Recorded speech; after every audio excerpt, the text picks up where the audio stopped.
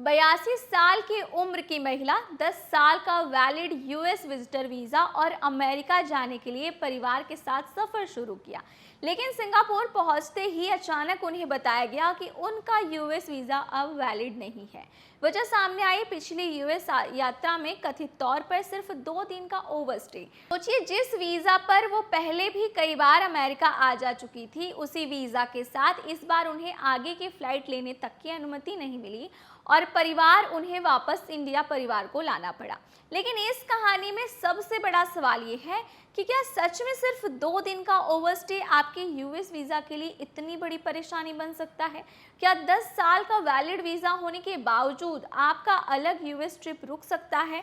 और आखिर US immigration में वीजा की वैलिडिटी और I-94 की डेट के बीच इतना बड़ा फर्क क्यों है? आज इस पूरे मामले को आसान भाषा में समझेंगे ताकि अगली बार यूएस ट्रेवल करते समय ऐसी गलती आपके साथ ना हो। तो बने रहें वीडियो के एंड तक। हाय, मेरा नाम है दामिनी सिंह और आप देख रहे हैं एनबीटी टेक। तो सबसे पहले एक बेसिक डिफरेंस समझिए। यूएस वीज़ा की वैलिडिटी और यूएस में रहने की अलाउड ड्यूरेशन दोनों अलग चीज़ें हैं। आपके पासपोर्ट पर B1, B2 वीज़ा या फिर 10 साल के लिए वैलिड हो सकता है, लेकिन इसका मतलब ये बिल्कुल नहीं है कि हर बार यूएस जाकर 10 साल या वीज़ा एक्सपायरी तक रह सकते हैं। वीज़ा आपको यूएस पोर्ट हुए एंट्री तक ट्रैवल करने की अनुमति देता है, लेकिन आपको कितने समय के लिए यूएस में एडमिशन मिलेगा, ये एंट्री के समय सीबीपी ऑफिसर तय करता है।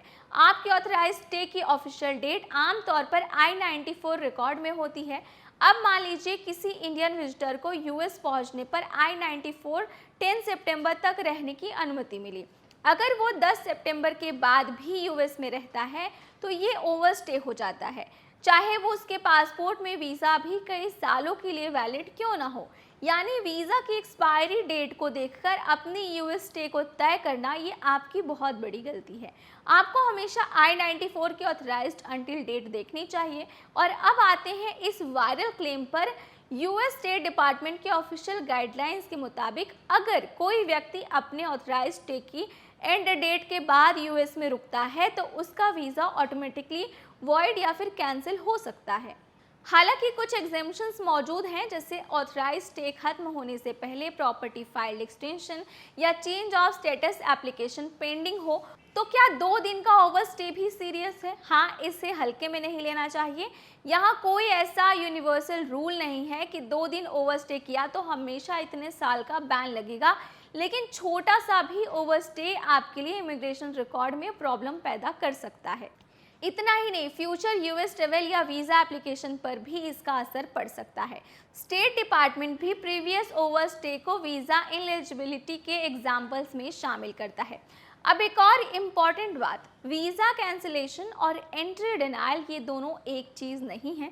वीज़ा होने के बावजूद यूएस एंट्री गारंटेड नहीं होती। हर बार एयरपोर्ट या पोर्ट पर एंट्री पर सीबीपी ऑफिसर ये डिसाइड करता है कि ट्रैवलर को यूएस में एडमिशन दिया जाएगा या फिर नहीं, और दिया जाएगा तो कितने समय के लिए दिया जाएगा। इसलिए मेरे पास वैलिड 10 ईयर वीज़ा है इसलिए मुझे एंट्री मिल जाएगी, ये असम्पशंस बिल्कुल सही नहीं है।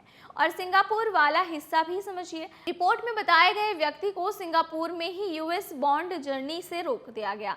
तो इसका मतलब ये ज़रूरी नहीं है कि यूएस इमिग्रेशन ऑफिसर ने सिंगापुर एयरपोर्ट पर उन्हें फॉर्मली डिपोर्ट कर दिया। एयरलाइन बोर्डिंग को रोक सकती है अगर ट्रैवलर के डॉक्यूमेंट्स या फिर वीज़ा स्टेटस में समस्या दिखाई दी। इस स्पेसिफिक इंसिडेंट की पूरी ऑफिशियल यूएस गवर्नमेंट एक्सप्लेनेशन अभी पब्लिकली अवेलेबल नहीं है, इसलिए इस इंडिविजुअल केस के एग्जैक्ट रीज़न को कंफर्म फैक्ट की तरह नहीं लेना चाहिए। रिपोर्ट खुद इसे एक व्यक्ति के क्लेम के रूप में पेश करती है।